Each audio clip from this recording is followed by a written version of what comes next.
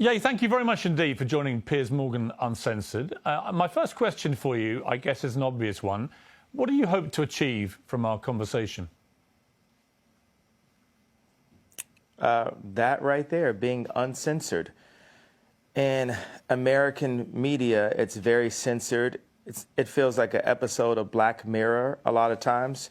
So I've put myself across the line, the point of no return, saying, hey, I know they're going to say whatever they want about me. When I bring up the truth, they're going to say, you didn't get enough sleep. It's because of your health. They're going to call me names for my truth. But these experiences that I'm telling you about are factually things that I've went through and things that I refuse to keep going through and things that I'm not going to let my children go through and things that I'm not going to let my peers go through. No pun intended.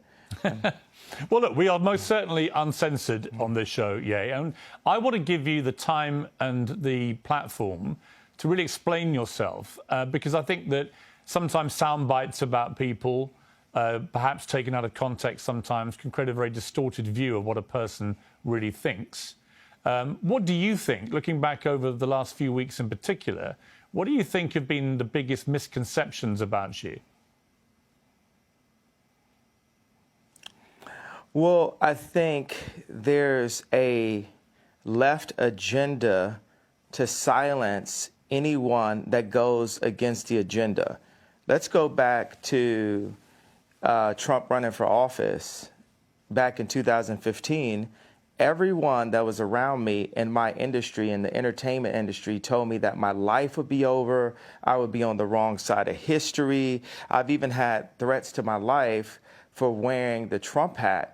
And it even ended up in, destroying my family and also making it where I have to raise my children differently because I actually am a person that's classified as Black. I classify myself as Jew, but a person that's classified that had been given that title in America as Black, in America, that I'm supposed to stay in a block of a vote. You never heard the term white vote. So why is there a term Black vote? How is that okay? It sounds just as racist as a Black drinking fountain. And my dad, called me and said, the thing that the left fear about Ye or makes me the most dangerous is I'm rich. And that's the point. Tupac told me back in the days, you had to get your money right and then you go to war. So I'm going to war. I don't have endless resources. I only have honestly only maybe $120 million in my account. But what I'm not going to let happen is I'm not going to let my kids take over Yeezy someday and have a boardroom telling them what to do and talking behind their back. I'm not going to let that happen to my children. So I have to fight right now. And the other powerful icons in Black music, when they were at the top of the game, they didn't fight at that point. They were too afraid of losing whatever they had. So by the time they wanted to make a difference, by the time Bill Cosby wanted to buy NBC, he didn't have the Cosby Show at that time to be able to stand up when they wanted to literally throw him in jail, where they actually did throw him in jail. So people have to understand just the bravery. There's so many people everywhere. I know everyone can relate to being afraid to say what you're going to feel because you feel like you're going to lose something. So whether you agree with me or not, I believe people are going to feel the fact that someone is brave enough to say something. Every day I do 5 things that people have been historically killed for. Every day. And it's just, I want to prove, first of all, I am Jew also. The 12 lost tribes of Hebrew. Do the math. Do your research on it. We have got our culture ripped from us and then told we were just simply void of color, which is another definition for Black. But if we knew we were a culture and knew we were a people, the way the Jewish people know, then we wouldn't abort ourselves. We wouldn't shoot each other dead in the streets and then rap about it. We wouldn't brag about, having sex with each other's wives. We would keep our families together and we would do business together. The most dangerous place for a black person in America is actually in our mother's stomachs, because 50% of black deaths a year in America is abortion currently. I mean, I can keep going, but I want to make it, hey, boom, ask me questions, let's go. I don't want to jump in too much, because here's what I honestly think. I think you have an extraordinary mind. You have a number of extraordinary talents. You're a musical genius. You're a fascinating public figure.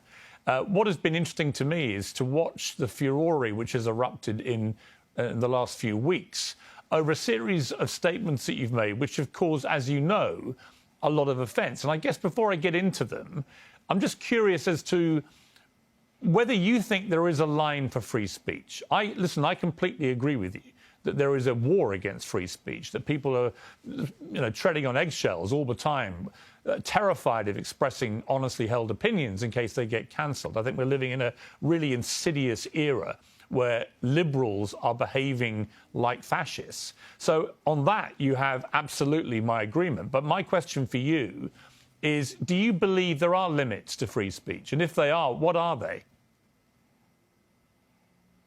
There are no limits to free speech. It's all context, right?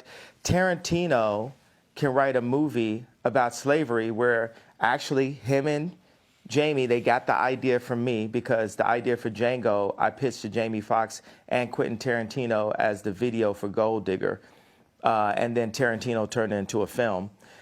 But in that film, he puts a context, he creates a context where Leonardo DiCaprio is allowed to use the word multiple times within that context. So Hollywood's job is to frame things, and they allow what context, what content is accepted and what's not. We have our thoughts. Everyone has thoughts and ideas, and then people try to manipulate your thoughts and ideas. In order for humanity to move forward, we have to be free to think and then to actualize. I like the word actualize better than execute. If you think about execute's a negative word, actualize would be more positive, except for the fact that it has the word act in it, and everyone's an actor, especially in Hollywood. I'm like top 5 writers in human history, so I really get into the power of words, and I feel very akin to Capote, Freud, Nikola Tesla, Da Vinci, Matisse, more Matisse than Picasso, more African cubism than Matisse. So I just do that. I throw out that kind of for the liberals. And that's the funny thing. It's like liberals let me hold you up on that. Me. On Matisse, when you say you're more Matisse than Picasso, as somebody who's a fan of Matisse and Picasso, actually, I spent a lot of time in Saint-Tropez where they all used to paint together. Why do you say Matisse? What is it about Matisse that you feel an affinity with? I feel like Drake is more Picasso and Ye is more Matisse. When we talked about, when me and Drake went to do the show last year for prison reform and to bring awareness to the incarceration of Larry Hoover, I sent him articles about the relationship of Matisse and Picasso and the need for these people. You need to have that. I need to go into the bar and go to Starbucks. That's a form of a modern day bar, right? And just hear Drake's song playing back to back. And Drake needs to go into that same Starbucks just in a different city and see people wearing Yeezys. And it puts us both back into the studio. And, God sets up these almost similar characters, these doppelgangers. It makes me really realize God has a sense of humor. Like, why is John Galliano and Mark Jacobs the exact same human being, just placed in a different place? Or why does God have it where Bernard Arnault cannot purchase Gucci, not even through the Chinese market? God does this to remind us that we are not God. Because when you take people like Elon Musk and Bernard Arnault and Trump or Jack Ma, Putin, you take these people in their own space, in their own environments, you know, we can start to feel like gods on earth, but we are nothing in comparison to God. And we are here actually to love one another and to collaborate and to make the world a better place. There's, 1% of the world are placed in power and 99% of the world are the audience. So that 1% of the world, this idea of a United Nations, this is the world that needs to come together. This is the world that, here's the obvious go-to. Biden doesn't listen to Elon Musk. The president of the United States does not have meetings with Elon Musk. That is, hey, here, come get me. That's retarded. I know I'm not supposed to say that, Biden, but that's retarded, Biden. And it's, and obviously, because I've been dealing with mental health, all this, I have the right to use whatever words that I like to use. Well, that's interesting. So ask another question. Well, yeah, let me ask you on that. So you just said something very inflammatory about President Biden. It will, as you know, offend a lot of people. Yeah. And it will particularly offend people who work in mental health. You say you should not use a word like retarded.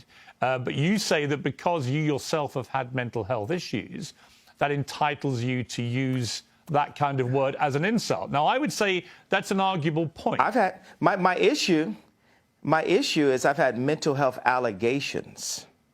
So do you believe that you have any form of mental illness? I believe that I suffered from exhaustion. I suffered from being lied to constantly by the people around me. And I believe those things can drive anyone to a point of maximum exhaustion. But I also believe that I'm extremely brilliant and I'm here to make the world a better place. And I'm tired of the left media trying to pick on me. And y'all picked on me enough. And y'all finally touched the person that's not going to take it anymore. And that's part of the reason why I'm on Uncensored, because what they'd like is for me to be quiet. Interesting thing about racism and cancel culture, it's kind of similar, right? Racism works on itself. I can go into the Gucci store at age 18 and I just assume that people think that I'm about to steal, so I buy more things. With cancel culture, when I brought Marilyn Manson on stage with me when he was dealing with allegations, my stepbrother Marilyn was canceling himself. So many people comment on my White Lives Matter t-shirt. There's people who are saying right there in Fashion Week, when are you going home?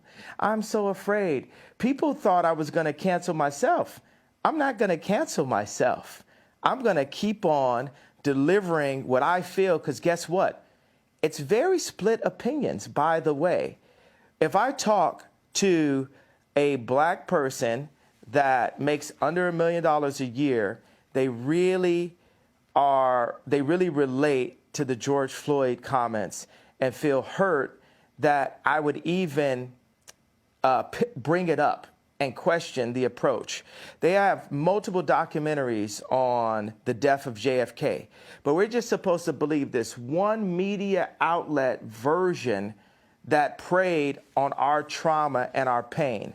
And then if I talk to rich black people or white people, Jew or Catholic or atheist, they're really into the Jewish media comment because it affects their business interests. Okay, well, look, and it was really interesting. Let me just pick you up on the two things you've mentioned.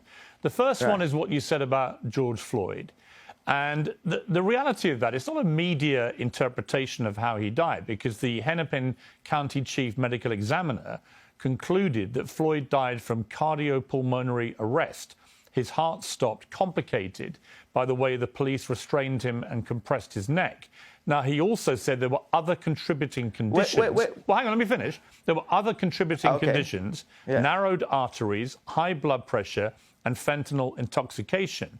But although these were significant conditions, he said, and things that played a role in the death, they didn't directly cause the death. The cause of death was what that policeman did with his knee to George Floyd. Person? Well, why would a coroner lie? What makes you believe that? Why would a coroner lie? Because he could get paid to lie. Yeah, because he could get paid to lie. Because yeah, he's I watched in the it. I press. watched it for the 8 minutes. The majority of the press. Right, but I watched it for 8 minutes. Now tell me this: have you seen the Candace Owens BLM documentary? I have watched some of that documentary, but here's what I would say to you: when you watch that video of George Floyd, no, it's not a but. It's not. It's not. Well, I it's haven't not, watched it's the not whole a thing. but. I need you to watch. I know. Okay, I know so what you said about. I know Candace. I'm going to finish. La la. It's all right. La. You don't okay, have you to know do what that. Means. It's fine. That means, I know what it means. La la la means be quiet and let me finish. Right, but you did interrupt my question. So with the BLM. No, I wasn't finished. You're pressing agenda. You haven't seen the whole thing. I don't have an agenda. I just read you what the coroner said. So we can have 20 different perspectives on how JFK died, but us as black people, not only can we only vote one way, we're not allowed to have any other perspectives, and that the area for George Floyd, where he passed, the murder rate is up 50%, and nothing, this is so-called movement, but it didn't move blacks anywhere. Right, now listen. So me as a black person. I will say there are legitimate questions about the Black Lives Matter movement, no question. But on the specific point about how George Floyd died, I don't think it's in question about what actually killed him. It was that police officer with his knee on his neck. Well, it is in question. It isn't question. I'm questioning it. Well, you can question it, but what you're questioning is a coroner report. Do you have friends that were killed by police officers? Do you have friends that were locked up? Do you have friends? Do you have people aborting half your race? No. So I am the black person with the black experience that's worth $11 billion and is the most influential person on the planet. And I am questioning it. Okay. I have a right to question it. Absolutely. You can't tell me with your accent that me as an American Jew black person that I cannot question that death and question the means behind that was put on camera. I'm not saying you to can't traumatize. I'm not finished. La la la la means let me finish. Okay. I'm not finished talking. So I cannot see, because you distract my thoughts and then you try to make me look like a crazy person and you feel you have the right to cut me off. And I've proven you guys don't want it with me. This is like Terminator 20. You've never seen this before. You've never seen this before, so I want no one to play with me. I have the right to question because that videotape was used to traumatize my people and force us into the Democratic vote. Hey, George Soros, you're a real competitor. I respect you. I'm worth more money than you, and I have more influence than you, and have, Piers Morgan from a different country saying, well, I'm not going to do an English accent because that would be racist. I'm funny, by the way. That's fine. I know you can do that. As I said to you, the show is uncensored, yet. You can say what the hell you like, right? But that doesn't mean I can't pick you up on a few things, right? You accept that. I accept that, but you try to say, it is unquestionable because this one Dr. Fauci said this. I know it wasn't Dr. Fauci, but I'm just giving an example where we hear from even Google. Like, people feel like, if you Google it, it's factual. There's so much non-factual information about me on Google, but then I still believe Google. And people pay to get certain information to the top of Google. But this is good. Keep going. Where else you want to go with it? Here's where I want to go. The civil rights lawyer Lee Merritt responded to what you said about George Floyd's death and said, while one cannot defame the dead, the family of George Floyd is considering suit, which they're now doing. As you know, they're suing you for $250 million for Ye's false statements about the manner of his death, claiming Floyd died from fentanyl, not the brutality established criminally and civilly, undermines and diminishes the Floyd family's fight. So what is your response to that? Well, anybody who loses a loved one, my heart goes out to them. Any race, my heart goes out to the pain of that. I have a theory about it. Now, this is not a fact. This is a feeling that I have. In the documentary, George Floyd's two roommates said that George kept saying, they want a tall guy like me. They want a tall guy like me. So for me, I'm a creative, right? I can like make a dinosaur out of a femur, right? So if I'm making a dinosaur out of a femur and I'm looking at a documentary that says George Floyd was telling his two roommates they want a tall guy like me, and on the day of his death, he prayed for 8 minutes. They said he prayed longer than he ever prayed. What do you think, me as a creative mind, the beautiful mind, right, the sensitive mind, what do you think I feel could have happened in that situation? All right. Well, honestly, if I'm being honest with you, I would say that because of your brilliant, beautiful, creative mind, as you put it, and I don't dispute that at all, you've got an extraordinary mind. And I can see that in the way that you conduct interviews. You go off on very long tangents, but they're sort of fascinating. I find it fascinating to listen to you. I'm not saying you don't have a right to question. Sort of, quite. Yeah. These are like Capote-level fascinating tangents. No, they're not. They're not. I'm just saying it's the way you conduct yourself, and I think that's very interesting. What do you mean? Or not? Why is it? Oh, it's not Capote level. Actually, I think you Capote level. If you sort of. If you would like me to compare you to Truman Capote, I am happy to do that. Yay. If you want to be known as the new Capote, okay. I'm with you. Okay. I'm not going to question your talent. Your talent to me is completely unquestionable. Right. When you question that, answer the question about the femur to the dinosaur. No, I'm going to ask you a different question. Situation. I'm just going to ask you this. What? No, you're not. You're gonna. No, I didn't finish my question. Well, hang on. You can't tell me. You answer my question. You can't first. tell me what questions to ask you. You accept that I'm the interviewer. To answer my question. No, I said answer my question. No, I'm interviewing you too. Well, you can't interview me. It's my interview. You're Bono. I'm interviewing you too. See, that's the way we rap. Let me just. You know what I'm saying? No. Let me just put this to you. So no. You're trying to avoid. Hang on. You're trying to avoid. No. La. To put quite a phrase. You're interrupting me now. I'm going to get back to it. All right, you can, but let me ask you this. Because you haven't answered my question. Here's my question for you, which you haven't answered. No, I'm not. Don't answer my question with a question. Yeah. I'm not answering anything. I'm going back to my original question in a way, which is simply this.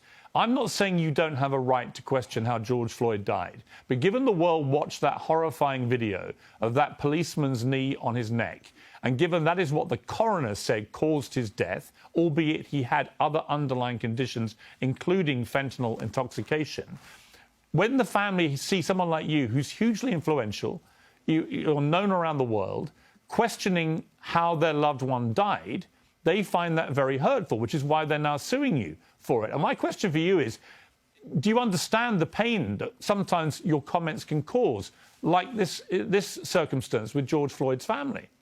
Now, I'm going to ask you a question again. With my imagination, when you see in the documentary that George Floyd's two roommates said they want a tall guy like me, they want a tall guy like me, and that he prayed extra long on the day of his passing, where do you think that takes my beautiful mind? I think it can take you to a place where you want to believe something which may not be true. I'm not saying it's not. I'm just saying all the evidence points. I'm giving you an honest answer. My honest answer is I think that That wasn't honest. That was a political my honest belief is that. What do you guys do? People in the newsroom, what are they doing? They're like cringing right now. They're like, whoa. No. We never experienced this before. We never never experienced I'm not cringing. A black entertainer that won't be threatened by the media to back down from his opinion. Yeah, I think you mistake me. You mistake me for somebody who's going to be like the others. I have a show called Uncensored for a reason. I'm giving you a platform for a reason. But you're pressing an agenda. No, I'm not. You're perfecly entitled to your opinions. Your agenda. But do you accept you're lying now? Do you accept you may not always be right? I just called you a liar. How does that make you feel? That's fine if you think I'm a liar. That's fine. No, you're a liar. You're pressing the agenda of the pain and trauma economy that is pressed on my people by the left. Actually, the trauma I think that was implemented to George Floyd was from a vile white racist police officer who kneed him to his death. And I agree with the coroner's findings because I don't see any reason why the coroner would invent that. So that's my belief. If you want to challenge that and you don't believe it, that's entirely your right. I have a question. Who do you think are the biggest vile white racist? The media.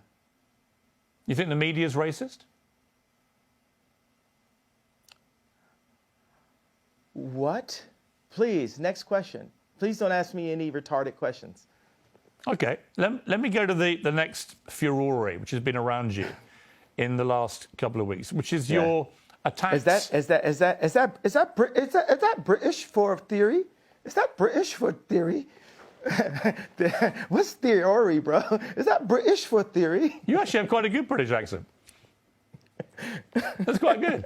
Let me ask you, if I can, about the allegations that you have made anti-Semitic comments. And in particular, when you said on Instagram, I'm a bit sleepy tonight, but when I wake up, I'm going DEFCON 3 on Jewish people.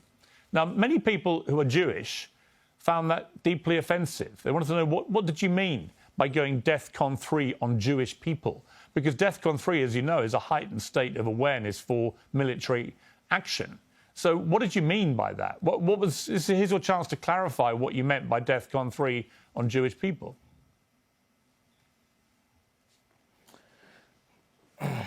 Well, thank you for allowing me to say what I meant due to the fact that I was blocked by Jewish people after I said that. So I wasn't actually allowed to say what I was about to say. But what I was going to say is, I was going to talk about all of the contracts, all of the misdealings that I dealt with as an entertainer. Being that I'm an entertainer, I've been wronged so many times by Jewish businessmen. And the reason why I say people, if a black man is caught in the car with drugs or a gun, and there's 3 other black guys in the car with him, guess what? They're all going to jail. So the reason why I say people is I want those businessmen's wives and fathers, mothers, grandmothers, and kids to ask them, why is Ye so mad at us? Because they're taking money out of my children's mouths and putting it into their children's mouths. I'll give you this parallel and this analogy. If you take, I just talked to Irina Shayk, right? And if you look at a picture of her at age 14, this person is beautiful, like one of the most beautiful people that God has ever created, right? And if any man did her wrong at a young age, she would get to the point where maybe she would actually hate men. You've heard that terminology, right? So I'm at a point where I'm frustrated. I have the right to my anger, and I'm saying that people need to fix it. I'm not going to fix what I feel until what I'm feeling is fixed. Okay, can I respond? You're not just going to shut me up and say... No, I'm not going to shut you up. Can I respond to what you just said? My problem with what you've said, I'll be straight with you, is that if I, as a white man, posted tomorrow on my Instagram, I'm a bit sleepy tonight, but when I wake up, I'm going DEFCON 3 on black people, what would you think? Jew. No, if I said black people, what would you think? If that was what I posted? Well, did you accept that black people... You accepted that black people are Jew? Or I'll come to that in a moment. On the specific, though, if I simply said, in other words, all black people was the implication of what I said, I would get rightly cancelled. I would get rightly vilified and abused. You, I suspect, would be outraged by a white person saying such a thing, because you wouldn't make any distinction about whether I was talking about certain black business people I'd fallen out with or whatever. You would think I was judging an entire populace by the colour of their skin. You are, by saying Jewish people, on Jewish people, you're not saying Jewish businessmen, accountants, whatever, that you've had a problem with. You're basically saying in that statement, all Jewish people, which is why it caused such offence. And I'm curious whether you, even as you wrote those words, understood what Jewish people actually would feel when you said that and didn't make any specific references to any individuals. maybe they would feel how all my people have felt. Maybe they would feel the pain of when a black artist looks up and they've completely been raped by 5 Jewish businessmen. And there's multiple accounts. Why does the fact that they're Jewish have anything to do with it? Maybe they would feel like that. But why would you say it just so happens they are? Well, okay, but why categorize them according to their religious faith, their ethnicity? Why would you do that? Why can't you just describe them as business people that you've dealt with? That's fine, but what you're doing by saying Jewish people, these constant tirades, against Jewish people, many people find why that... Why are you calling it a tirade? That sounds like you have it... I think it's a tirade. Where's the tirade? That was a tweet. It was a tweet. It's not just a tweet. And you asked me to explain it. And have you felt my pain yet? You haven't felt my pain. You don't want to feel my pain. Oh, no, you don't hold You don't hold accountability to my pain. You're being a Karen. I'm talking about. I'm not a Karen to the pain. I'm not a Karen, and I'm not going to cancel you, and I'm not going to uncensor you. I'm simply going to challenge you on what you're saying. I think you don't understand the pain that you've been causing with some of these comments, and I think that one in particular, I can understand. Oh my God, God forbid, one comment could cause people to feel any of the pain that my people have went through for years, even like the blacks being ushered to the left during the civil rights movement. No one has cared about black people. All right. No one is. Let me say, I agree that the racism against black people has been utterly deplorable, shameful, unacceptable, and thank God the world is beginning to move to a better place about the way it has treated black people like you. However, one form of racism, doesn't justify... it's almost in a better place. Well, one form of racism doesn't justify another. It's not a better place. I'm not cutting you off. I'm finishing my sentence so you can respond. One form of racism, it is racism when you say I'm going DEFCON for Jewish people. That's racism. No, it's not. It is. I thought you had a platform where I could explain how I felt. You don't care about how I feel. You just want to shut me up. You don't want me to say out loud what my people have been going through. I do. Or do you? I do. I'm very happy to do that. So what have my people have been going through? What led me to that point? My point is... What led me, a person, a successful, influential, extremely attractive person to get to that point? I am not doubting for a moment that you will feel genuine pain about the racism against you and other black people in America. Not for 1 second would I deny that. Racism by who? Well, by anybody. I think any form of racism is wrong. Any form of racism is wrong. I didn't say DEFCON on anybody though. You said DEFCON 3 on Jewish people, specifically Jewish people. You didn't say any particular Jewish person. You said basically all of them. That is racism, And I think if you were honest with yourself, given the fallout from this, you would think again about how you phrased that sentence. Because actually, you didn't mean all Jewish people. Given the fallout. Do you care about the hurt you caused Jewish people? What fallout? Well, you were removed from social media. Wait a second. You're not allowing me to talk, Chris. You're not allowing me to talk, Chris. Oh, I thought it was the same person. He's American. I'm British.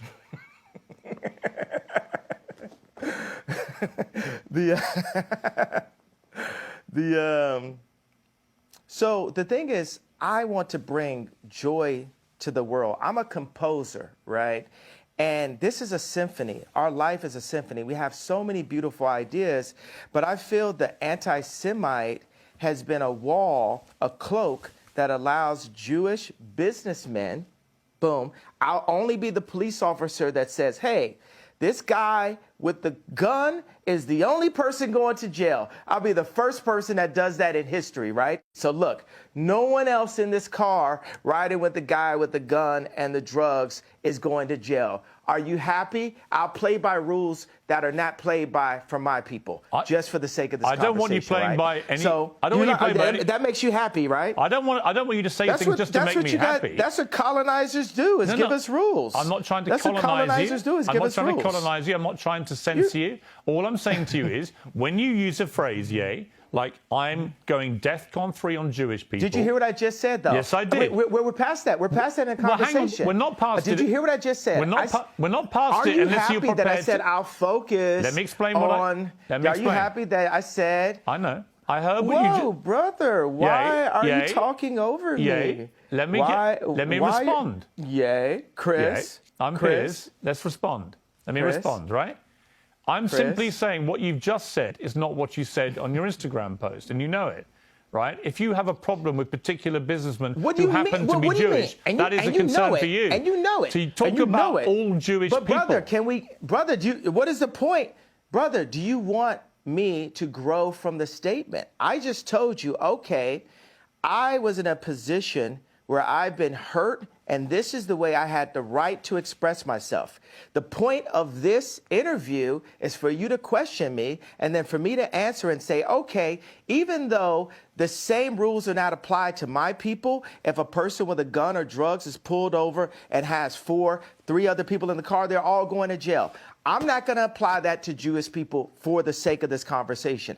Isn't that what you wanted? But you know what you did? You tried to civil rights me. You tried to pull me back to a week ago. But we're here today. There's been plenty of conversations and commentary since that. But you want me to go back to 1960. No. You want me to go back to 7 days ago. All right, let me jump in. Here's what I want you to do. I want you to reflect. Okay, so have we grown? Have we grown? Here's how we grow. Yeah, here's how we grow. I want you to reflect. No, have we grown? Have we grown? You're not in charge of my growth. You're not in charge of my growth, Chris. Okay, let me phrase it like this. I'm about to suggest to you how you may grow if you choose to grow this way. And you can ignore me. You can ignore me. Pierce, how much money are you worth? Not as much as you, sadly. Exactly. So take my advice. Maybe you'll get richer. I would love to take your business advice. Why would I listen to you? Well, why don't you hear what my advice is and then work out if I'm wrong? Can we do that deal?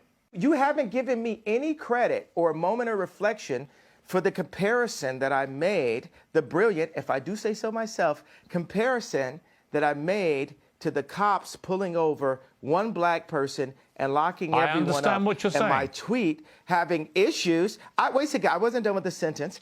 My tweet referring to all Jewish people, I said, for the sake of this conversation, I will refer to the business people who have destroyed me and my people and my fellow creatives. But you didn't even accept that I gave you that. You tried to push me back into 1960. No, I didn't. You tried to push me back into last week. No, I didn't. Okay, do you accept that example that I gave you? I understand completely the example you gave me. I think all racism is wrong. So I feel that we've grown. I would like you to reflect. I feel that we've grown. Do you feel we've grown? If you've now changed what you wanted to say originally, my question for you is, do you now regret saying DEFCON 3 on Jewish people? Are you sorry you said that? No. I think it matters. You should be. Absolutely not. You should be. Absolutely not. Yeah, but you should be. Absolutely not. Are the people, the Jewish businessmen that led me to that place, are they sorry for the way they've raped my people? I don't know who you're talking about in particular, but I don't know why you keep having to say they're Jewish. And by the way, you wouldn't... What is the fact they're Jewish got to do with anything? Why do you keep doing that? What do you mean? They're the Jewish businessmen that did that because they're business people. That's what they did. Why do you keep saying Jewish business people? Why do you keep using their religion, their ethnicity? Why do you keep doing that? Let me update it then. Okay, so I'll say this.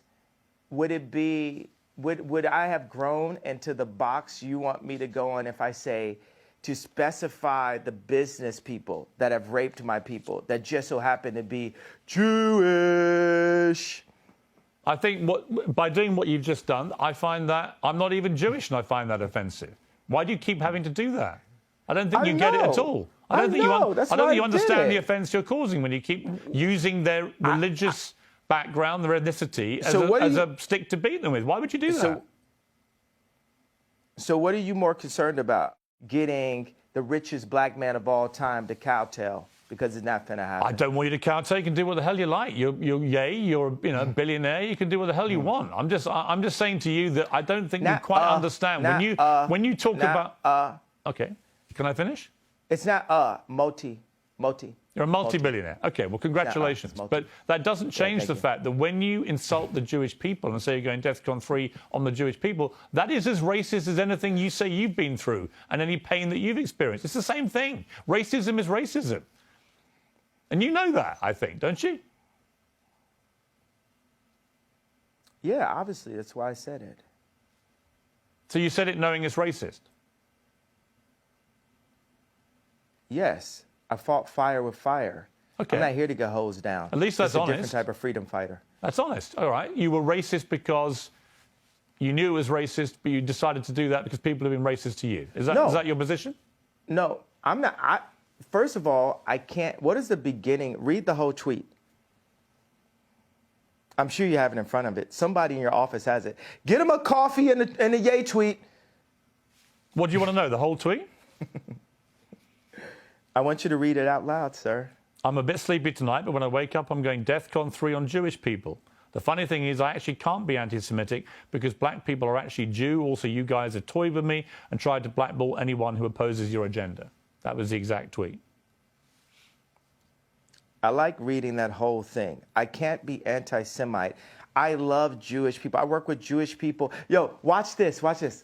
Some of my best friends are Jewish. Right. So you know how that sounds. How many times have you heard that statement? Of course. Of course. Wait. Have we ever heard that term before? But the funny thing is, they are.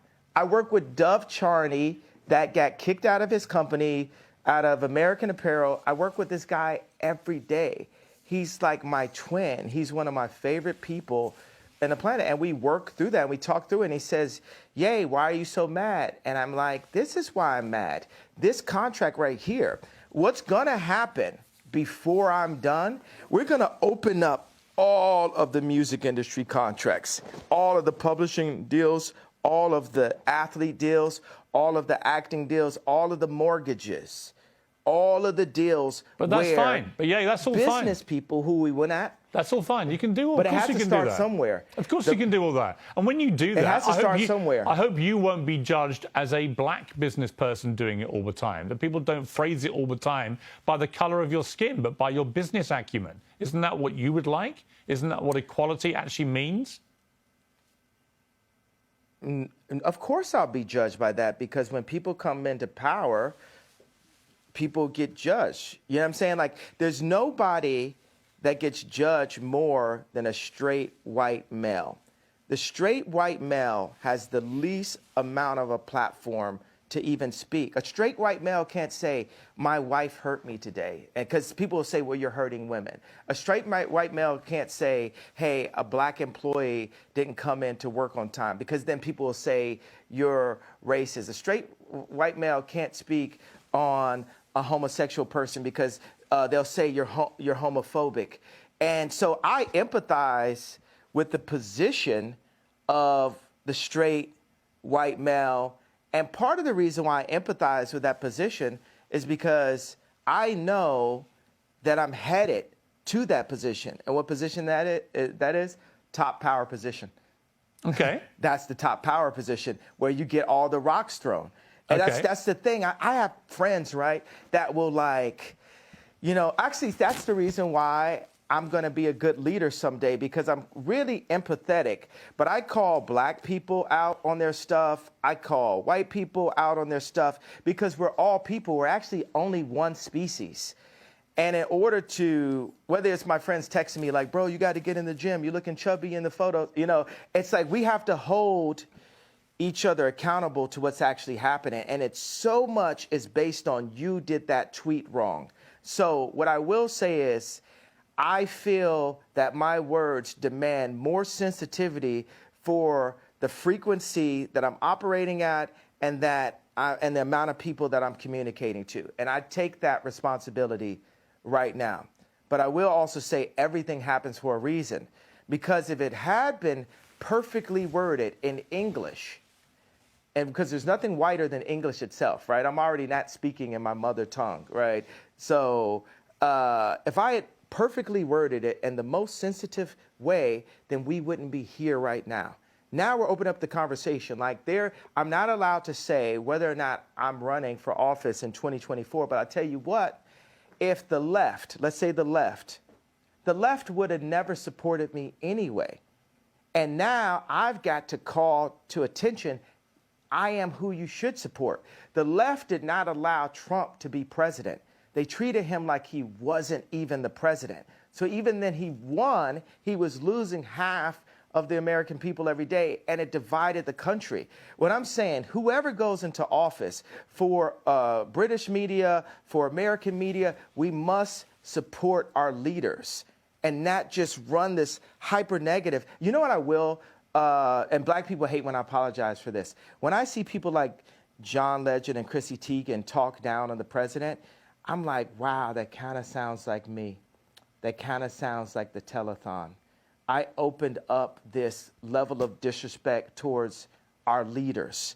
And people were happy. And the left saw that and say, well, let's just have every celebrity do what Ye did at the telethon. So I take responsibility for that moment.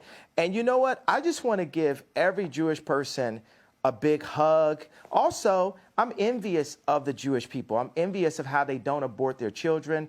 I'm envious of how they don't shoot each other in the streets and then rap about it. I'm envious of how their families stay together. I'm envious that they turn their phones off on Friday night and the family comes together. I'm envious of how they do the business together. And I want that for the darker Jews. I want that for the black people.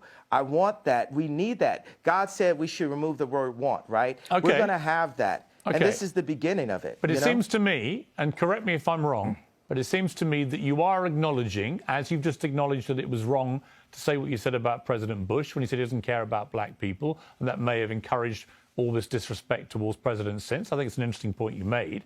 It does seem to me, Ye, talking to you, that even if it's hard for you to admit this, that you do regret the wording of that tweet which caused all the problems, and you wouldn't phrase it that way again. Am I right? I would tell my dad that. My dad loved the White Lives Matter T-shirt because what audacity does a black man have to wear the exact same T-shirt that a white man could wear? You know, and my dad was a Black Panther. I mean, we have a water purification center. You know, he's like the original Steve Jobs. Right. He's the educated version of me, right? And he liked both of those things, but he said, you know, Ye, he even calls me Ye now. He's like, Ye, you've got to be more sophisticated with your wording. And that wording, like I said, I'm a bit sleepy. And it lacked the sophistication needed to be the true conductor that I am. Because it's the conductor's job to bring people together. And that was divisive, right, which is not who I want to be. Right. So so I'll tell you that. I'm not looking. And also, let me put out right now. So it sounds like you agree with me. Do you agree with me then? I want to talk. Okay, let me say that I'm just thinking right now what's on my heart is the idea for people who do actually have severe mental health issues. You know, the word retarded. For, you know, there's parents that have children who actually are mentally ill, and that word is really offensive, right, to those people. So why use it? And just because I was feeling well, it's a couple reasons. Because people call me retarded. They treat me like I'm retarded. And so I embrace it. It's like you call somebody a so much, they say, I'm. You call somebody a bitch so much, they say, I'm a bitch. You call somebody a retarded so much, you say, I'm retarded. Like, I was exhausted, and I embraced the idea of having a serious mental health issue. But Noah also, but Moses was basically on speed when he was doing what he did. Let me ask you, by the way, look, out of interest, yeah, how much sleep do you get a night? I'm not here to talk about how much sleep I get. I don't owe you that. You've literally just been talking about how much sleep do you get a night? I had about 5.5 hours last night, actually. Not very much. But you're the one that's raised this issue. And I probably had the same. Right. My question is only I probably because had the same, but it's only because you've been talking about you don't believe you have a mental illness. You think it's lack of sleep. So I think it's an obvious question to ask, well, how much sleep do you get? Are you constantly sleep deprived? Is that one of the reasons, perhaps sometimes, as you say, you feel sleepy and you shoot from the hip verbally and you say stuff that maybe when you're rested, you wouldn't say it the same way? Would that be fair? Tell me what's... Okay, no, it's not fair, because what's more important, the pain and the truth of what I'm talking about and what led me to that tweet, or the tweet itself? I think both can be true. Because the problem you have is, I think you've acknowledged. You have one tweet. I think you've acknowledged that the wording of the tweet was offensive. Years. Yes, I understand, but you know the damage it caused, and I understand that was offensive. And I think that you have accepted. The damage you probably shouldn't have phrased it that way. You as a white person are so stuck on the idea that what I said was offensive, which is a very caring approach. You're not sticking on the fact. You have not unpacked what happened with those contracts. I've said that, but you didn't ask me another question about it. That means there's an agenda. Absolutely not. Inside of your platform. I have repeatedly said to you that I'm sure I do not disbelieve that you've had contract business issues with various managers, accountants, and so on. My argument is that when you do it, me or other me's. I'm sure many other artists in the music business. Yeah, of course. You know why you're sure? Because you don't care to do the research because it doesn't affect you. No, it's because you said. Have you done any research? No. Yeah, let me explain to you. I'm not doubting what you're saying. You don't care. I do care. You don't care about me. You don't care about my people. I care about me. I care about my people. So it's for me to stand up. And God forbid I step on someone's toes while I'm at it. It's not someone's toes. You stepped on the entire Jewish people's toes with a very deeply inflammatory tweet, which I think you've now accepted. You shouldn't have phrased that way. It's taken a bit of time to get there, but I think you have accepted that, right? Have you accepted that you've put no effort into understanding how I got there? I don't think, honestly, 10 years from now, honestly, I don't think there is any... You're going to apologize to me about this interview. I'm not. You're going to apologize to me about this interview within the next 10 years. No, I'm not, because here's the thing. Mark my words. I don't doubt you've had... It's very one-sided. No, it's not. It's very white-sided. Oh, come on, It's very one-sided. It's very like... It's not white-sided. I'm not doubting you've had business issues. I'm saying the way to respond to that is not to go public to millions of people and say you're going DEFCON 3 on Jewish people. Millions of people. Right. Millions of people have had DEFCON 3 on their contracts. Right. You didn't say that. You didn't say that. And said, millions of people. Well, I opened it up. Now I didn't, but now I'm saying it now. Okay. Sir. So now what I think you should say, I think you should say to the Jewish people, I'm sorry for the offensive language I used in that tweet. I wouldn't do that again. This is what I really meant. I think people would respect you if you said that. I don't know why you can't just say that. You know when I'll say it? When I sit down with the people who write out the contracts for the NBA and for the NFL and for professional music and for acting contracts. We need to go to the top lawyers, the top execs, the owners of the stadiums, the owners of the football teams, and the owners of the record labels. And we're going to put them all in one room. And we're going to read let's go top 10 in each one of these categories, right? Let's read Michael B. Jordan's contract. Okay, but why would any of that? Okay, but why would any of that? Why would any of that? Hey, bro, I ain't finished. I ain't finished my sentence. Nothing you're saying has anything to do with regret. Hey, boy. Don't call me boy. Don't finish. I told you. Oh, don't treat me like a boy then. I'm going to finish my sentence of my idea. Nothing you're saying has got anything to do with the tweet. Cool. Bro, I was in the middle of a sentence, boy. Okay, so are you going to allow me to finish my sentence? Yes. If you then answer my question. Okay, so I'm going to tell people when I would apologize for the tweet. This is what has to happen first. I need all of the top executives in Hollywood I need the top executives at the NBA and at the NFL. We'll do those two sports specifically. And I want the top executives in music, dealing with publishing, dealing with like Spotify and Apple Music and Universal Music and all the top let's do like 5 top execs there. And I want to look at the top 10 earners in each one of those fields' contracts openly. We want to compare and contrast the contracts. And then once we open that conversation, and we need to do it on a platform live with lawyers asking questions, and we'll have the top lawyers like a Johnny Cochran, Robert Kardashian level legal team, looking at all of these contracts together. After that moment happens, then I will say, I'm sorry. Okay, if that's your position. That's clear. Interview adjourned. Love you.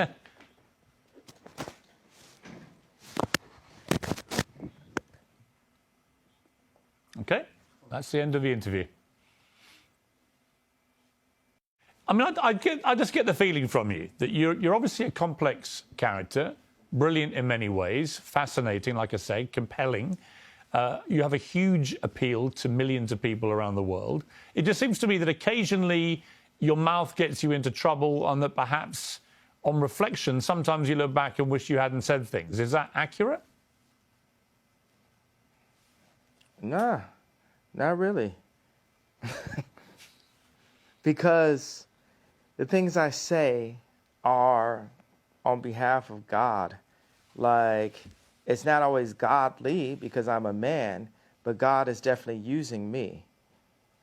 You're Catholic faith? I am, What's yes. your background? I am What's your Catholic. religious? Catholic, yeah. Well, we're working for God here.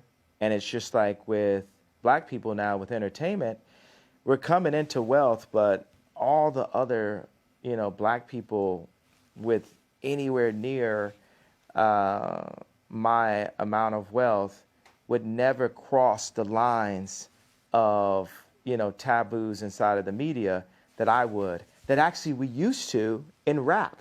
All these words, we used to say these, so it's all these like words that are being removed from our vocabulary, words that evoke emotion. Don't you feel like the salt is being taken out of our food? Look at Dune. The people who control the salt controlled all the money. And people are trying to control the salt, and it's salt in our language. That's why I will not apologize for having a bit of salt in my words. I will say, hey, this can be improved on, but it's like, hey, look, I'm an update. You're looking at the God's iPhone 100. We are God's iPhone, right? If you think about it, we're his favorite creation. We were made in his image, and we need updates. And society, capitalism, media, and thought police have been stopping us from our updates. We have to have a thought, and then we have to actualize it. I like the word actualize better than execute, because execute's a negative word. We discussed this. We have to actualize. There's so many. Think about, for a homosexual kid, age 12 at school, not wanting to say out loud how he felt, or feeling like if he said how he felt, he would get bullied. Or what if he said how he felt, and then somebody said, you said the way you felt and what your experience was in the wrong way. Now you need to apologize. We're fine that you felt that way, but you need to apologize for the way you said it. But just having the courage to do it in the first place would be, that's the thing that needs to be given credit. Like, yeah, you know what? We'll say in these past 2 weeks, I made a big splash. Because the first time you dive in the deep end, you're not going to look like an Olympic swimmer. But we're going to have to learn how to swim. And I've dived in the deep end. Okay. I think I understand what you're saying. Let me ask you about your family. Yeah, lots of speculation, of course, constantly. If you understand what I'm saying, could you translate what I'm saying? Yes. I want you to translate what I said. I know what. And then let's move on to the next question. Okay. Let me attempt to translate. What did I mean by that? I think what she meant was that you are not afraid to ruffle feathers. You're not afraid to cause trouble where you feel it's justified. You're not afraid to call people out who you think deserve to be called out. But then occasionally, you've expressed yourself in a way that perhaps hasn't quite hit the right mark, and that you are work in progress, as indeed we all are, and that you could phrase things better, which would cause less offence to a wider number of people, when in fact the target of your anger may be much more specific. That would be my interpretation of what you've just said. Do you think that we can move forward as a civilization without there being any offense? Because one person's truth can be the other person's lie. I think it entirely depends. You know, it's like, I think it entirely depends. Honestly, look, part of me wants to say yes to that, but I do think there is a line, and we should all be mindful of the line. And the line to me is, I don't think any form of racism or perceived racism should ever be tolerated. I don't think that is free speech. It's just hate speech. And I think one of the problems with what you said about the Jewish people was the more generic way that you phrased that sentence. People didn't understand you were talking about specific business people you'd had a problem with. They thought you genuinely meant you were going DEFCON 3 on all Jewish people. And they took that to be a blatant form of anti-Semitism. I think you've explained in this interview that was not your intention at all, which is good. But I think if you're asking me to interpret what you've just said yourself, that would be my interpretation. That, you know, you're work in progress, and sometimes you say stuff I didn't just which explain. doesn't quite get over what you're really meaning. But what I really mean is, I don't want it to be settled. I don't want to be forgiven by Jewish people until we get to what the problem really is. I don't want, you know, like Elon, he got on Twitter, he said, I talked to Ye, he took it to heart. And I liked my boy standing up for me, but I was like, but the fight isn't done though. Everybody, white media, left media, they just want to squash the fight. They want to keep the pain of George Floyd going, right? But they don't want the pain of our representatives. What did Elon Musk say to you about the tweet, out of interest?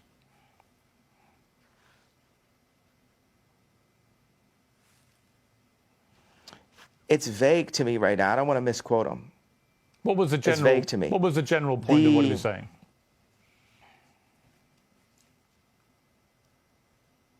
It's vague to me. It's truly vague to me. I'm an honest person. I tell you what it was. What I keep on saying, it's just always about this tweet. It's so much more. If you look back at this interview, and it's like a direction arrow, it's more in the direction of fixing the statement than fixing the problem. I think both and things, that's my problem. I understand, but I would say to that I think they're two different things, and you can fix both actually.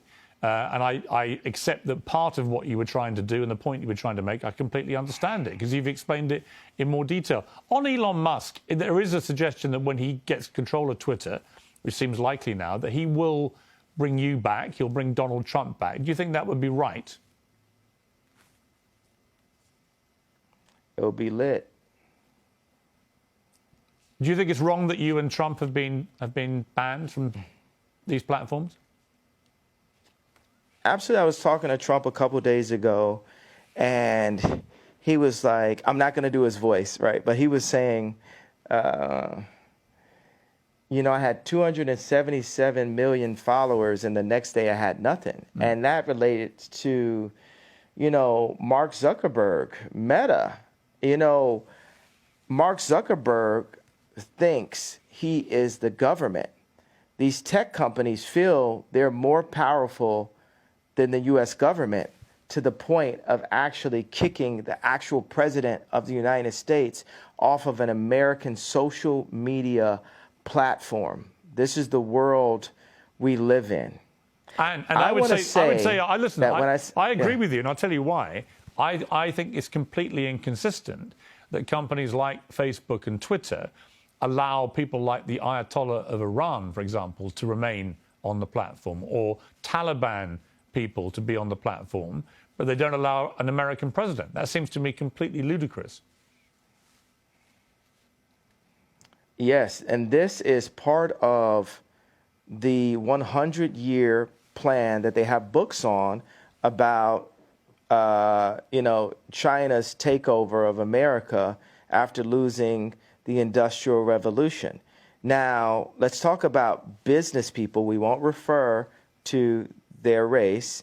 And by the way, I'll tell you, as a Jew person, a person that has a lot of Jewish friends, it's not a race, it's a people. Right. And every Jewish homeboy I know is going to be like, yo, yeah, that's right.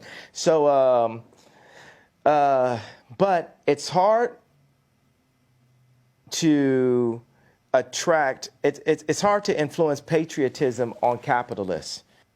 And it's a responsibility for us as Americans to retake our power in media, to retake our power in our schools, to retake our power in our farms, to retake our power in our medicine, in our hospitals, to revitalize the country, because America invented rock and roll at the end of the day. We have the inventions. America created Apple. You understand? Like, we created the platforms that the world runs on now, and we've allowed the business people in these companies to sell us, and whatever the term is, sell them in a handbag, whatever it is, for cheap. And Americans are God-fearing, for the most part, God-fearing Christian people, and we're not cheap, and we can't be sold for cheap. And we're here to stand up and say, you got to honor who we are, our families. You got to honor our God, Jesus Christ. So, next subject. Can I ask you something? Let me ask you something else, yeah. I want to ask you about your family, because you mentioned families there. A lot of stuff has been written about you and your family, a lot of it fueled by you, by Kim, by others. Where are things now with your family? What is your relationship like with Kim, with your kids?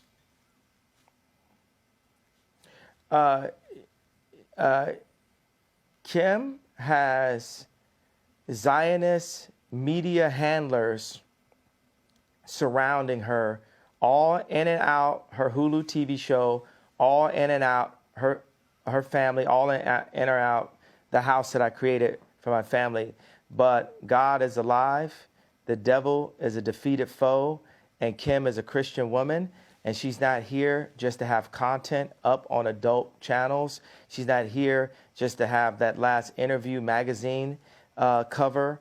If you look at the two Interview magazine covers, look at the one when I was there and look at the one when I'm not there. And that's the reason why this Tuskegee experiment of such that's happened to the black community, where they took the fathers out of the home and the leaders out of the community and have torn apart the community. Now they've seen that's worked, and they're doing that to America. They're attempting, they're trying. I mean, that the Interview magazine cover you're talking about, I think, is the one where she was basically semi-naked in front of the American flag. And I thought that was pretty distasteful, actually.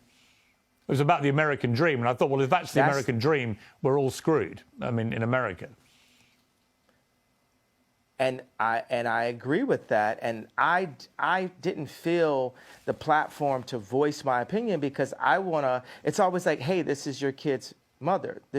But it's time where the leaders, like, I'm still the priest of that home, Chris. I'm still the priest of that home. They want to make it this matriarch society, all that, and But I am the priest of this home, and God is alive. I am the living Robert Kardashian, and I'm going to stand up for what God would want as a Christian. And then people say as a Christian, oh, you're not supposed to curse. You're not supposed to have righteous indignation. But I do. Christians had swords also. Christians got guns, I tell you that.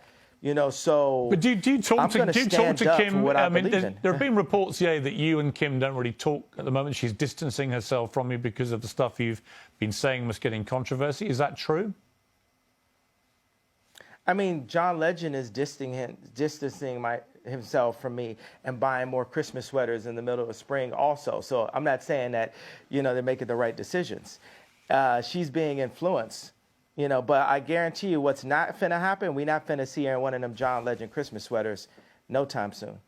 But do you talk to her? Are you still in touch with each other? Wait a second, don't you think it's like funny to like make a joke out of stuff sometimes? Don't you think like God has a sense of humor? Of course. But watch this. God, when I got married, I bought this house. I did this tour, and spent all the money I had on this house to like surprise Kim and give her this house that she wanted, that Lisa Marie Presley used to own. And then I got the house, and then I put all this money into renovation. And then there goes the neighborhood. Drake moves down the street 5 blocks. And that's when I knew God was funny. But watch, this is where God is even funnier. Here goes like Louis C.K. Part 2 level, because Louis C.K. is the funniest man alive. Uncancel him now, right? So and he was funnier before he's canceled, because all he would do is type of jokes that you'd get canceled on, right? So, I got an office outside of Crenshaw, like in an opportunity zone. And this office, 57,000 square foot office, is the one that Tucker Carlson came to visit me at. And I look out the window, and whose office is being built, a brand new one? The Skims office. It's like, who's writing this stuff? You know what I'm saying? Like, God is funny. So that's the thing. We always got to be like, we got to be funny. We got to have a sense of humor, like, But yeah, let me ask you. There's a lot. Yeah. But are you sad that you're getting divorced? Are you sad the relationship came to an end?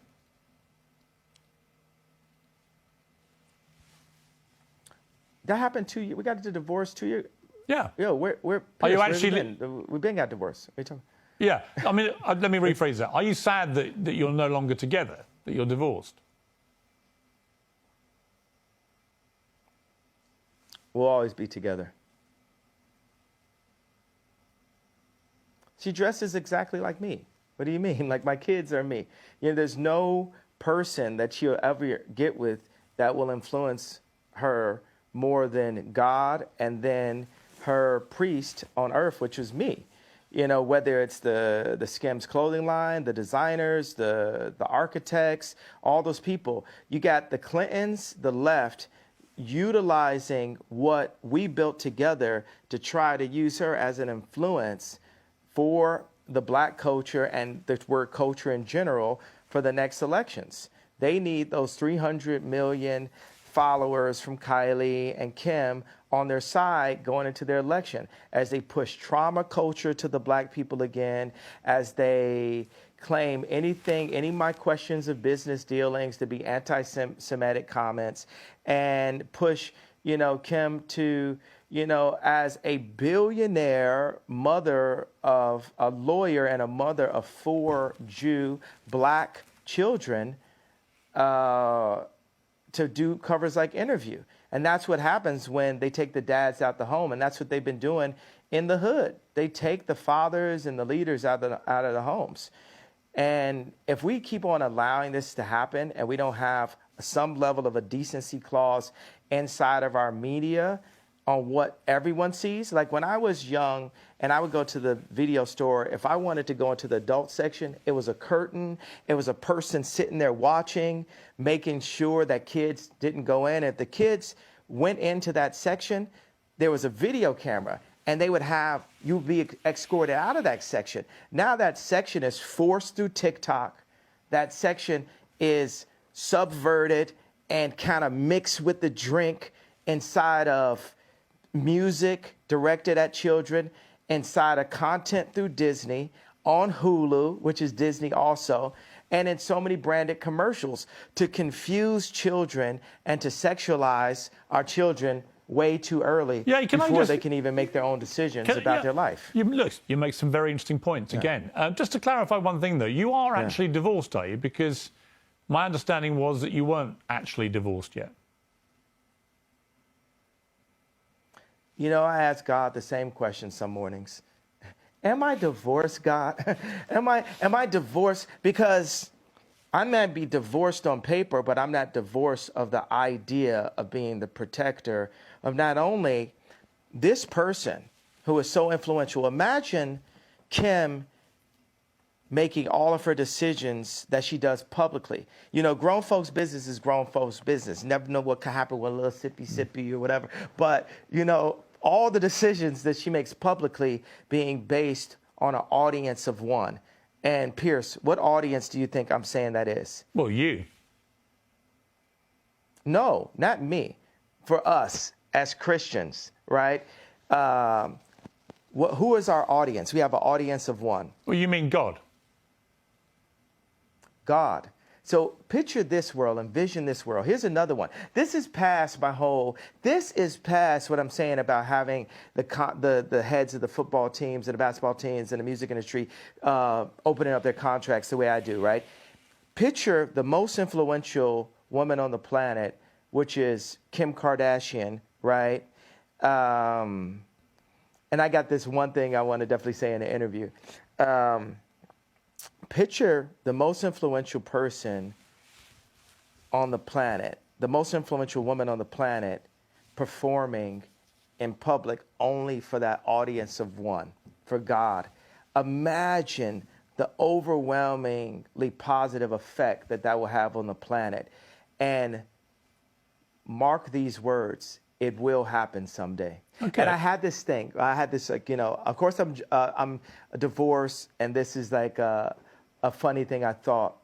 Being that her name is no longer West, and my name is no longer Ye, being that her name is no longer West, and my name is now only Ye, if we were ever to be together again, what would our name be? Kim Ye. Would you like that?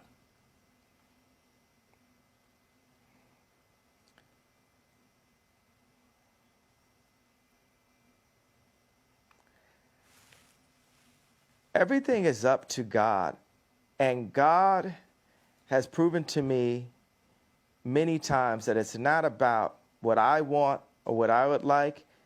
It's just up to Him on what He sees fit. But David had to. But let me ask you. tend I mean, to the yeah, sheep, but do you still love to the Kim? sheep? Sorry, not with an S. Do you still love Kim? I absolutely love. I'll love her for life.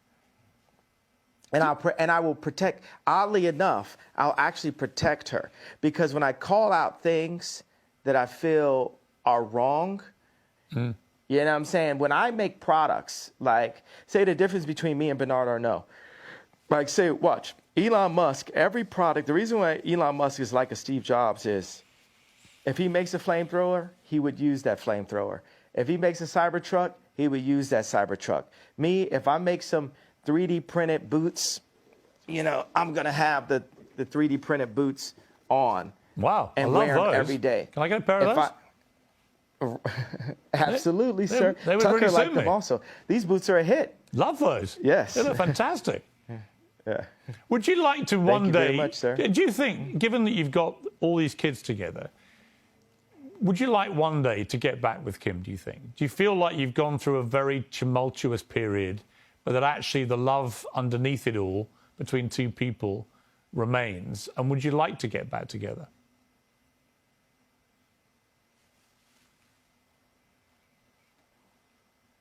Those thirst traps still be fire.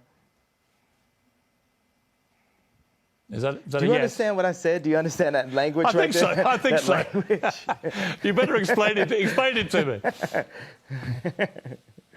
What do you think those thirst traps still be fire means? Can you explain that to me? Well, with my Pierce? rather Explain creative British what mind, those thirst traps still be fire. I would imagine it With your means that creative, brilliant British man. I would imagine it means you still fancy your ex-wife. Is that right? I would prefer to not be put on this. I would prefer to not be put on the spot on these kind of questions. What I could say is, God is alive, and He places people. He placed David in. God had David tend to the sheep, knowing that one day He would prepare him to fight Goliath. Mm-hmm. So I believe that day of me fighting Goliath has been this past 2 weeks. The media is Goliath. And there would be no chance of having a civilization or a civil democracy in America without me challenging the media 2 years out from the election. Because this thing that I'm challenging may be setting myself up to one day be able to be president, or it's maybe for the other president. But regardless, we have to have some decency in America as the thought leaders in the content that we put out. But and that's how but on God that point, is on that using point, me yeah, now. on that point, Yeah. you keep talking about the media as if somehow it's the media that's created all this furore in the last 2 weeks. But you have said other things which, in my opinion, the media couldn't ignore. You know, you suggested in your interview with Tucker Carlson that Gap, for example, the clothing wear company, had prior knowledge of the Uvalde shooting, which is obviously completely insane. Why would you say that? And then why would you be surprised if the media then react to it? They're bound to. What I'm saying is that was worded, that might have been worded in a way that the media could take in the wrong way. But I thought it was really interesting the amount of people at Gap. We had a release that was happening, and the amount of people at Gap that were rallying around this as a media moment, if they didn't know about that, where there's theories, you can't say that the theories about 9/11 are completely insane. Actually, that's just the person I am. I'm that kind of person. Well, look, you're perfectly entitled to have theories. I think most of them are completely insane. But on this specific one, on Uvalde, you even suggested that Matthew McConaughey. You even suggested that Matthew McConaughey may have. It was all a bit weird that he was speaking so early about it, when in fact he came from Uvalde and spoke very passionately after this atrocity. So I think people read these comments and are like, "What are you talking about?"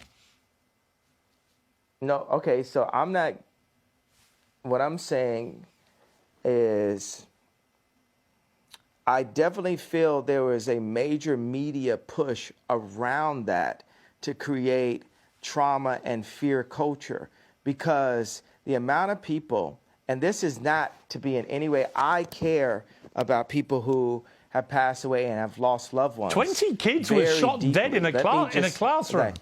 20 children were shot dead at school. So let me explain. No one in the media is putting any sort of trauma into that. That is the trauma. Okay, Pierce, how often does that happen in my hometown? Well, the 20 week. kids are killed in school in one mass shooting. As far as I'm aware, it's never happened in your hometown, has it? Yeah, it does. Not in one mass shooting. Are killed in Chicago. I didn't finish. Okay. Let's not do this again. Okay. We reviewed how that goes. You could talk. At least 14 kids are killed in Chicago every week, and there's no media push around it, and that's my issue. When I was at Gap, there was no media push around the killings in Chicago. But I would agree. I agree with you. I completely agree. My youngest son has recently been at the University of Chicago for a year, and there were 2 students shot in that time. I completely agree that there is never enough attention given to all the slaughter from gun violence in Chicago. Completely agree with you. What I can't agree with is any suggestion by you that anyone at Gap or Matthew McConaughey or anybody else had any prior knowledge of what happened at Uvalde. Of course they didn't.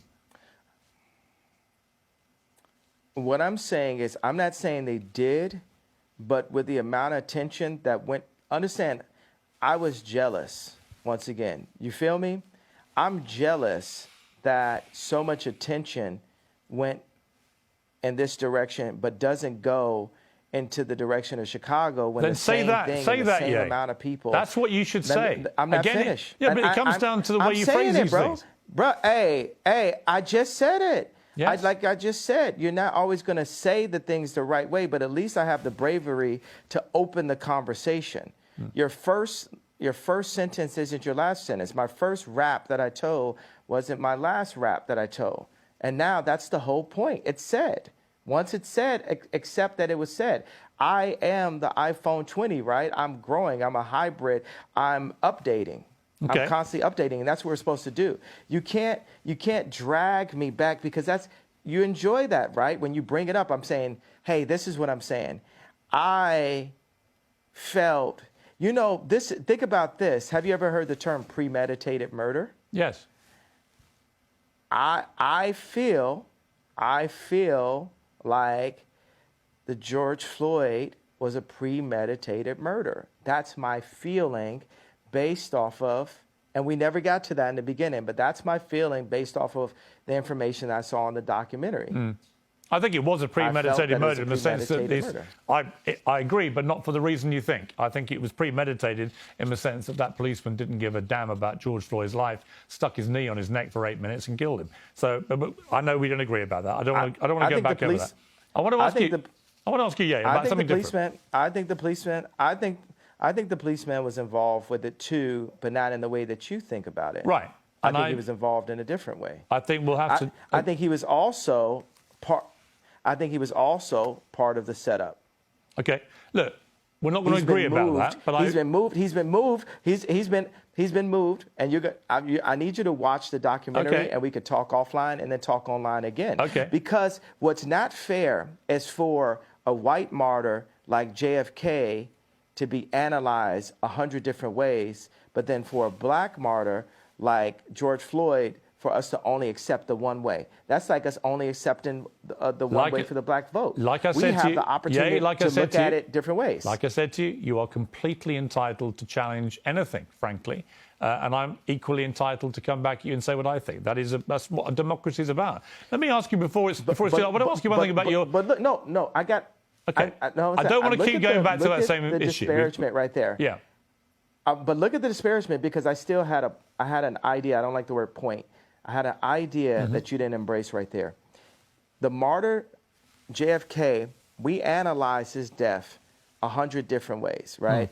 But with George Floyd, he died that way. And then it's white people telling super brilliant, successful black people, you have the right.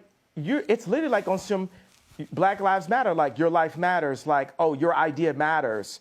But then shut up and we're not going to go back to it. No, we're going to unfold it. I need you to watch that documentary, and I want us to talk line by line. I want to do, because look, I think that we're a good conversation. And now within the next 2 years, we need to talk a lot of times, right? I would love to do that. This kind of thing. Honestly, we should unpack. Listen, let me say to you, I've wanted to interview you for years. Yeah. I genuinely mean it when I say I think you're one of the most brilliant, talented people that I've seen in the public sphere. And you have a lot of fascinating ideas, and you're incredibly creative, and you're completely entitled to your views. But I'm entitled to mine, and I think we've had some really interesting exchanges, actually. I want to just talk to you quickly before we finish about your kids and about you as a father.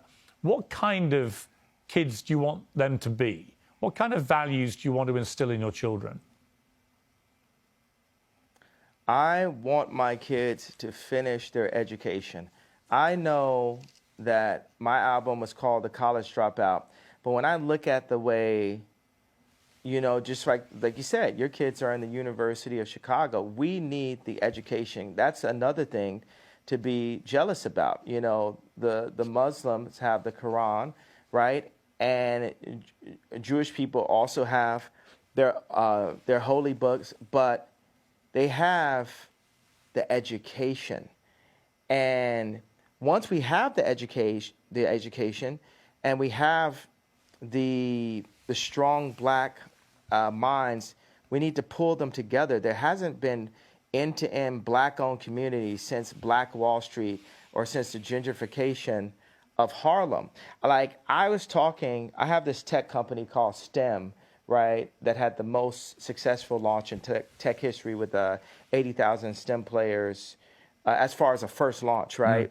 We sold 80,000 STEM players back in February, and we went off the Apple platform, and now we're coming with the next generation that has a projector in it, and it's coming with 4,096 movies. I did that because my Amiga computer had 4,096 colors when I was in 7th grade. And also you can download films without having to use an Apple product. So I called this guy, and we're working on finishing up elements of the deal. And he's using emotional bullying, and like his shoulders are down, you could tell on the call. And he says, well, because of your comments, we're not going to be able to hire people.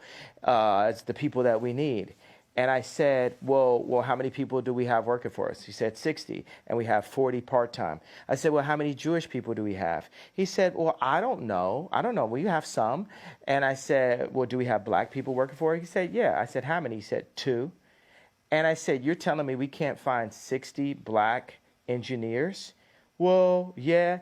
And see, that's where that comment that got me into so much trouble forced me to look at myself as the richest black man since Mansa Musa, right, with multiple tech companies. And where am I kicking the tires inside of my own company to ensure that I'm hiring my people? Because Chinese people hire Chinese people, and Jewish people hire Jewish people, and Catholics hire Catholics, right? But with blacks, we'll give our company to Bernard Arnault. We'll give our company to Mark Zuckerberg. We'll give our company away. And it would almost come off as anti-Semitic if I hadn't crossed that gun line so far to say, hey, I have to go and ensure that I'm hiring the brightest black minds to my black-owned tech company. You know, Kamala is our never again. We're never going to just hand something over just because we like the way this person looks and we have the emotional connection because she was a Delta and my mom was a Delta. She got 96% of the black female vote. You would have thought Drake was running. And we haven't seen her really honestly since. And I want to say something about the left. The left, you guys got to sit with me. Your current administration that these guys put up, they shit the pot on this one. They should have got Bernie, but Bernie had too much of a conscience. And so you got a guy with no conscience. Instead of getting Bernie Sanders, you guys got Weekend at Bernie's.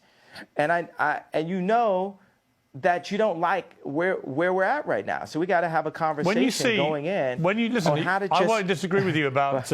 I don't disagree with you about President Biden or Kamala Harris, for that matter. Yeah. Let me ask you about someone we haven't mentioned, Vladimir Putin, and what he's been doing in Ukraine. What is your view of that?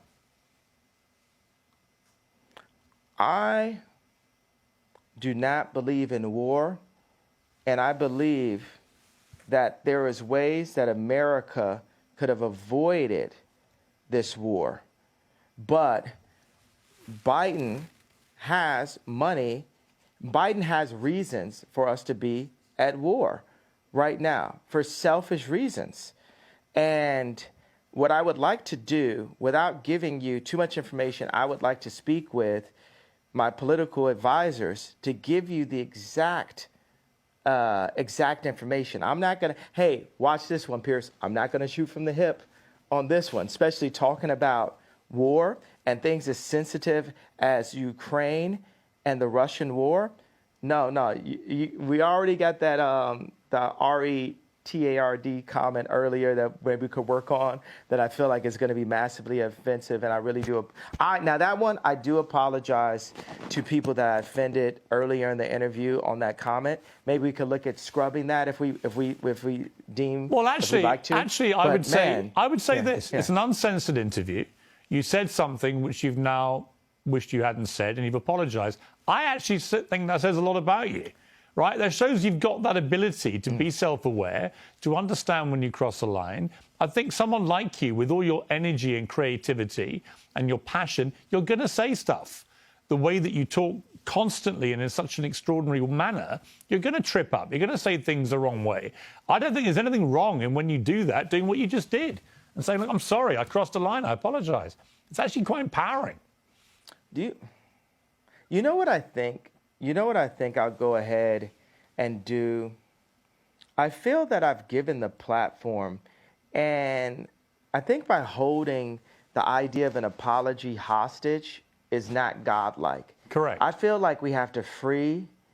Yeah, and I think that's the point that you've been making. And because we sat down and had this conversation, I will say I'm sorry for the people that I hurt with the DEFCON, the confusion that I call. I feel like I cause hurt and confusion. And I'm sorry for the families of the people that had nothing to do with the trauma that I had been through, and that I use my platform where you say hurt people. And I was hurt. I was frustrated. I was frustrated that Gap hadn't opened stores. I was frustrated that I spent time with a gentleman who I love him, his wife, his kids, David Simon, and to open stores, and then he called Bob Martin at Gap and said, I'm not going to open the stores. And I've just been frustrated. I just want to open my Whittle stores. And I want to say that it's wrong to hold an apology hostage. And I got to let go of that and free myself of the trauma and say, look, I'm just going to give it all up to God right now and say to those families that are hurt, I really want to give you guys a big hug. And I want to, I say, I'm sorry for hurting you with my comments. And I want to word it in not in like a political way, but in a presidential way, which means what I knew a president to be when I was growing up, in a sincere way. You know how people give those kind of, I want to give an apology, and you're like, but did you? You know what I'm saying? Yeah. Like, no, it has to be, I want to go to every person's grandmother and grandfather and every person's son and daughter, aunt and uncle, and give them a hug and say, you know what? I've been hurt, and I do want you to talk to your boys. I do want you to talk to the people that are in power, the people who do own the black voice, the people who do own the black the vote, which a lot of Jewish business people do. And I want to be able to sit at the table with the contracts. I want my people to sit at the table with the contracts. I do want all of this, but I'm not going to hold my apology hostage till I get that. I'm going to start by taking accountability for my actions and the lack of sophistication in my wording. Like I said, I was sleepy, and it was taken in a way that I didn't mean to be taken. It definitely caused some attention.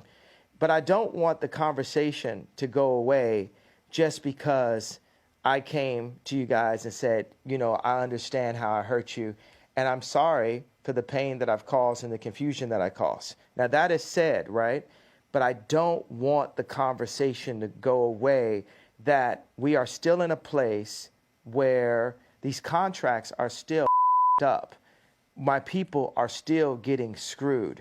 This has to be opened up. And I'm not asking for a promise, but it would be a beautiful world as I release the pain that I've caused and the pain that I have in me, that grudge that I was holding, that you guys, some of you guys, 1, 2 of you guys step up and say, let's look at these contracts. Let's make it not be a known fact that the music industry is treacherous. Let's make because some of my kids do music. I don't want them to step into a treacherous place. I want it to be better for them than it was for me. So I want us to sit down and come together and really work on that. Would that make sense to you, Pierce? You know what, Ye? If you'd simply said that in your tweet, I don't think there would have been any problem. And I'm very, very pleased, actually, that we've got to a place where you felt able to say that. And I think it was sincere. And but we still have a problem. That's my point. No, Pierce. I get it. I get it. But what you've now done, you've now explained the context of the problem. And you also issued a sincere apology to people who were rightly offended by the way you phrased what you said. So I think that's a good place to finish the interview. And I'm very glad you got there. Okay, but it's not finished. I understand. The idea is not finished. I understand. That there's still a problem. I understand. No one's going to be in any doubt there's a problem. And by the way, I'm sure there is. I'm sure that a lot of the contracts in the music business are rigged against people like artists like yourself. I'm sure of it. I mean, it's always been the case from Elvis onwards. So I get Pierce, it. Would you help me and my people? Would you help me and my athletes? I got so many athletes that go to my school that are like all the guys that are on Donda are headed to the NBA, right? Could you help me? Could you help us make these contracts better for our people by calling attention, by just allowing me on your platform, right? And let's look at some of the things and point these things out. Could we work together on that over the next couple of years? Very happy to do that. Yeah. Very happy to do that. I think we should talk more often. All right. It's taken a long time to get here. I've thoroughly enjoyed our conversation. It's been 2 hours. It's been free rolling. It's been occasionally challenging. But we've got to a place where I think is a good place. And I've really enjoyed it. So thank you very much indeed, Ye, for sparing me the time. Yeah. You know I'm going to feel like I lost my stone I was holding. Yeah. Yeah. But I had to give it up to God. You know what I'm saying? Like, yes. You know, you're gonna be bragging. You're gonna be bragging at dinner tonight, like, "Yo, I talked to Ye.